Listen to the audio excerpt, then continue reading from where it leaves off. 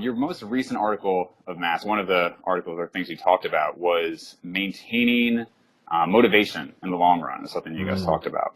And I really like that because when you start this, it's never easy to be motivated, but when you're gaining 15 or even 5 pounds of muscle a year, you go in there and you kill yourself in, like, 2 hour leg workouts or an hour leg work or whatever it is, and you know it's going to pay off. But eventually, a lot of times you get to a point where you're killing yourself in there, and you kind of know in the back of your head, like, this is barely going anywhere. I'm doing these grueling workouts, and I could probably maintain with a lot less than what I'm putting my body through. So what are some of the key things you found there to maintain that motivation after 10, 15 years? that's a great question, and I'm really glad that you liked that video because that's one of the more favorite pieces I put into Mass. So, I think inherent in the way you frame that question is the problem. You know, if you are looking at it as a what do I put in and then what do I get out of it, eventually your motivation is no longer going to match the realities of your physiology, right? Mm-hmm. So just like you said, that's a fine perspective to have when you're a newbie with even decent genetics, because you're probably going to gain like maybe upward of 10% of your body weight in the first 2 years of largely muscle mass, or at the very least, not seeing your body fat percentage go up, you know? Sure. Um, and yeah, your strength, man, I try to think back to, I think I have pretty good genetics just for putting on muscle initially. If I just look at what Mm-hmm. I've gained compared to others, I don't think I necessarily have great genetics for my ceiling is. Mm-hmm. But man, so this is relevant. Like looking at what I initially gained, I went from, I basically doubled my squat, bench, and deadlift within 1 to 2 years, Wow. and I So what were hit you up a, to in about 1 to 2 years? I'm curious. right, those classic like not really short male intermediate numbers. So I Yeah, benched yeah. 320, I deadlifted 495, and I squatted 405. And that was after 2 years. That was after 2 years, and That's now I've pretty been good. training for 14, and I basically put 10% on each one of those lifts since then. Yeah, wow. And So were you around college age at that time? Like 18? I don't know yeah, what time. Okay. so I started lifting the inverse age of you. I started lifting at 21, Yeah. not 12, which I'm jealous of, and I then. Yeah, so and now I'm 35. So I've been Okay. lifting, yeah, a little over 14 years. It'll be 15 in I think June of next year or something like that, maybe May. Mhm. But yeah, so the best numbers I've hit now, just to put it in perspective, I've hit a 556 deadlift, so it's just a 10% increase since Mhm. 495. Yeah. The best squat I've done is 495, which is more like a 20% increase. Mhm. And then the best deadlift bench press I've done is 363 touch and go. So that's another 20%. So Right. basically, my deadlift has made the worst gains apparently. Now that All I've done the right. math, and I feel like that's Yeah. that's maybe indicative of something. But I've never really had um, a good reference personally because starting so young, you just have like mhm. puberty gains. So, Yes, yeah, yeah, yeah. I was, how much have I gained? I've gained 65 pounds of muscle, but since I was Hmm. 12. So it's Yeah, very hard to gauge. I mean, I'm still, right now, I'm only about 195. So, how much have I really gained compared to if I started at 18 or so? I don't really know. I could say I put on 400 pounds to my deadlift, but, yeah, yeah, yeah. Yeah, some of that's just not being like 5'2". Yeah. yeah, So yeah. yeah. So that's a tough one. Yeah. So anyway, like obviously gaining 1% on something like my deadlift per year for since then is not something that you can really track, see, and it certainly feels like you're completely plateaued at times. Mhm. Um, And there was actually a 5 year period where I made no progress on my bench press. And then due to a hip injury, there was a 3 year period where I couldn't even squat Yeah, I um, remember you talked to about death. So if you don't shift your perspective and if you only look at what am I getting out of from what I'm putting in, any sane person, if they assume that that was the only perspective to have, that was the objectively true perspective to have, would stop, it. right? Hmm. Why would you keep doing this, right? Right. So, therefore, it becomes really important to shift your perspective over time. Um, Now, there's some cool research out there that is probably wouldn't pass ethics today, where in the 70s, they actually I think the actual title was undermining children's motivation or something like that. It was Mhm. in the title, and basically what they did is they went to a preschool and they just looked at all of the kids who were drawing, just for fun because that's what you do in preschool. And they broke them into three groups. And they didn't modify anyone's behavior. They just interacted with them regarding their behavior. So one group, they did nothing. That was the control group. They just tracked them for a period. And then after and then tracked them for the period after the period. And basically want to know how much time did they spend drawing and how did it change over time. And then the two other groups, one, they started rewarding for drawing and telling them they were going to do it. Hey, the more you draw, we're going to give rewards based on the order of who draws the most. And then the other group, they gave the same rewards, but didn't tell them they were going to. So at the end of this 8-week period, all of a sudden, oh shit, I got a reward for being the kid who draws the most. Right. And they found that in the group that got a reward but wasn't told they're going to get a reward, and the group that wasn't rewarded at all, in the period after the tracked period, they were drawing twice as much as the group that was told they were going to get a reward and got it. Meaning that intrinsic motivation. Yes, and even in people who already were doing it for a different reason, right? So Right. meaning if you were doing something recreationally for fun and someone came up to you and said, hey, because you're doing this, I'm now going to give you a reward and it'll be higher than these other people. And then once the reward goes away, your motivation is shifted enough that you're more likely to not be interested in it. Right. And I can't tell you how many times I've seen people who lift weights and love lifting weights get focused on something more extrinsic, be that a bodybuilding trophy, a powerlifting goal, or even just something non-structured, like I want to deadlift 500 pounds, or I want to bench 3 plates, or something like that. And then once they reach it, they struggle to stay involved. And I've met really high level, or previously very high level lifters who don't lift anymore. Not they don't lift to win powerlifting or Olympic weightlifting things anymore. They just don't lift at all. Right. And to me, that is just tragic because I know what it takes to get that level.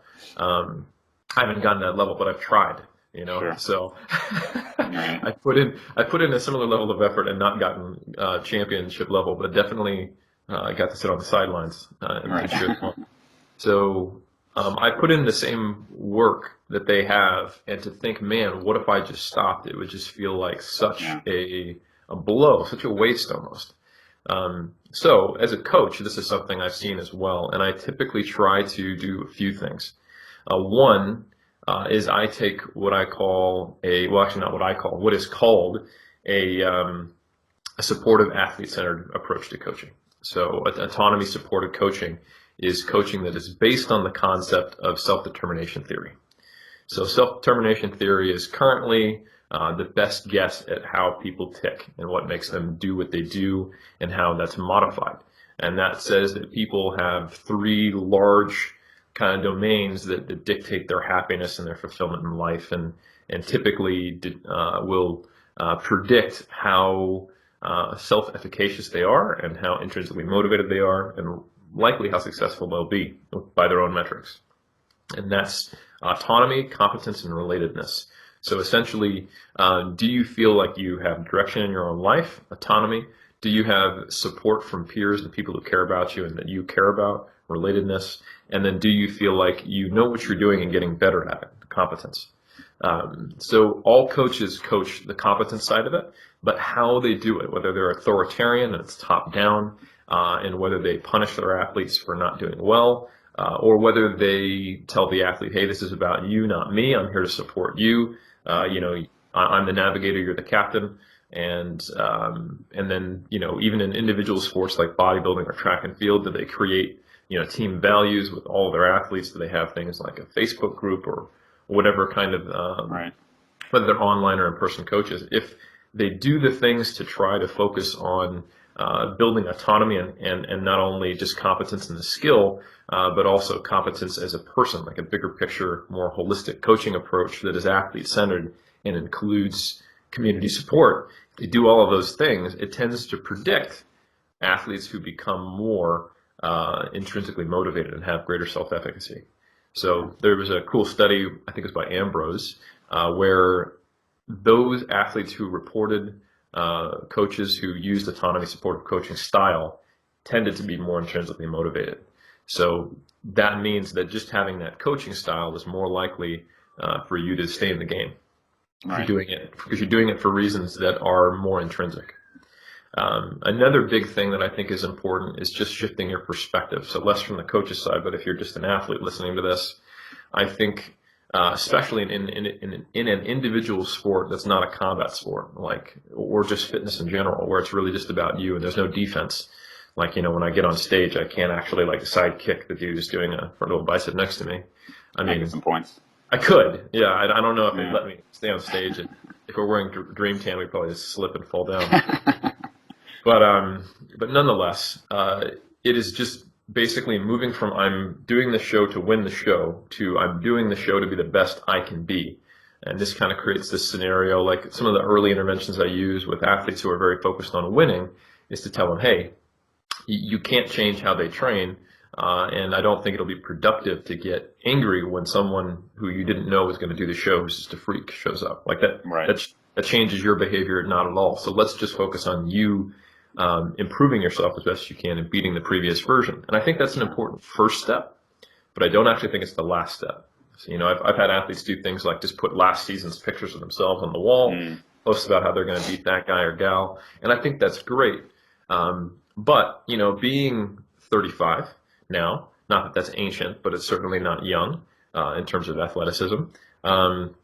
And having had hip surgery and having had a scare with my neck where I thought I might have to have hip surgery and having tore my hamstring back in '09, you get a sense of mortality, and even when you recover and things go well and you learn from it and all that, you recognize that there is a clock ticking, as kind of grim as that sounds, to where, you might not be able to do this for forever. And even if you can do it for a very long time into like Masters 2, you're probably not going to be winning the pro worlds when you're 70, There are some highly impressive people out there like Marshall Johnson who are, winning in their early 50s, but A, they're not common, and B, you don't know if that's going to be you. So you kind of have to think about this from, why am I doing this? Like, why did I first start lifting weights? And I think it's really important to get back to the love of the process, because there's another group of studies where they looked at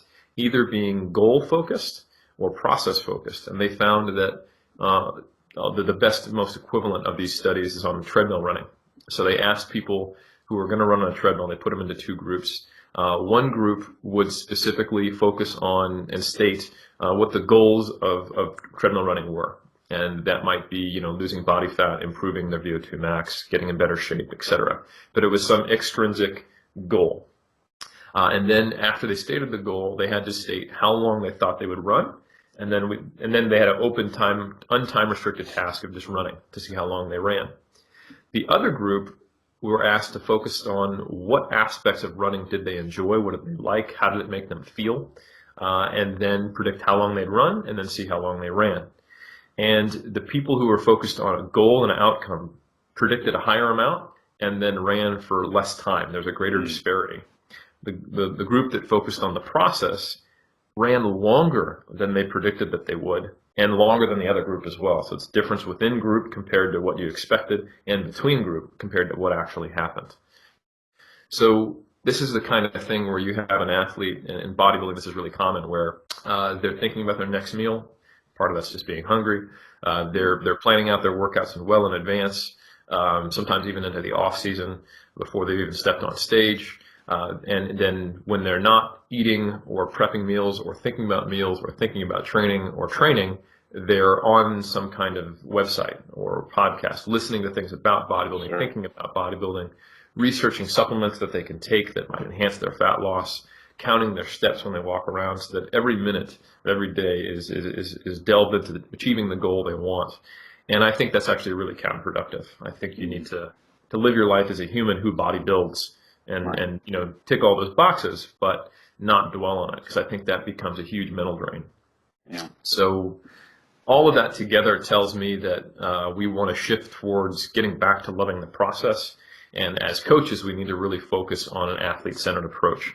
And I think doing those things, I've seen some much better happiness, longevity, and career-based outcomes among my athletes and myself, where otherwise they may have done a couple shows and been burned out. And I can't tell you how many times you meet people in the sport of bodybuilding or powerlifting or Olympic weightlifting where they told you how they used to do it, and then Mm-hmm. burned out, or it wasn't worth it, or it was unhealthy, or it Right. became a barrier to the rest of their lives.